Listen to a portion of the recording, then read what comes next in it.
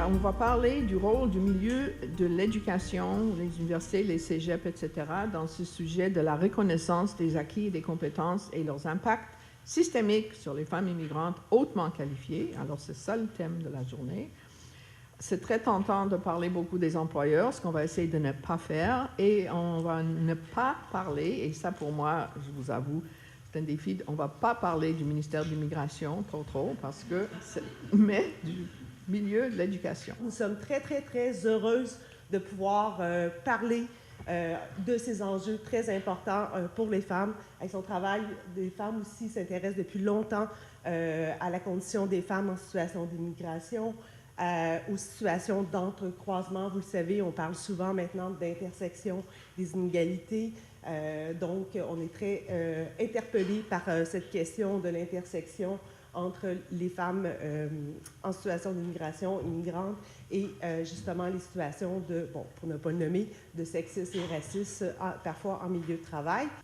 Les femmes et les minorités visibles font partie des 5 groupes considérés par la loi comme étant historiquement discriminés.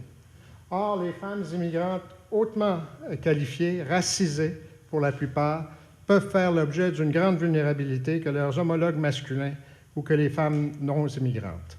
Elles peuvent en effet subir des discriminations croisées en fonction du genre, de leur origine ethnique ou nationale et de leur appartenance à une minorité racisée ou visible. D'autres motifs de discrimination peuvent s'ajouter dans certains cas. On parle de la langue ou l'accent, ou encore l'affichage vestimentaire de son appartenance religieuse. Ainsi, la Commission demeure particulièrement préoccupée des pratiques et des règles informelles toujours en place dans plusieurs milieux de travail, mais aussi dans certaines associations professionnelles et universités, vous en entendrez parler aujourd'hui, qui ont pour effet d'exclure systématiquement certains groupes de personnes, dont les femmes immigrantes et plus généralement les femmes racisées. De l'avis de la Commission, il est grand temps que le gouvernement assume ses responsabilités dans la mise en place de mesures proactives à l'endroit des femmes immigrantes et des femmes racisées, tant en amont du marché du travail qu'à l'égard de l'accès à un emploi décent.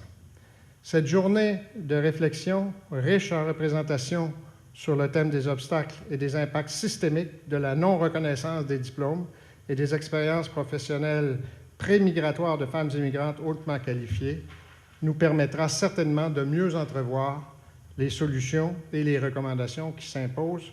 Et encore une fois, je vous remercie de votre travail de la journée, mais du travail aussi qu'Action Travail des femmes, inlassablement, et du travail si important qu'ATF fait pour la société québécoise et pour les femmes. Je vous en remercie et bonne journée.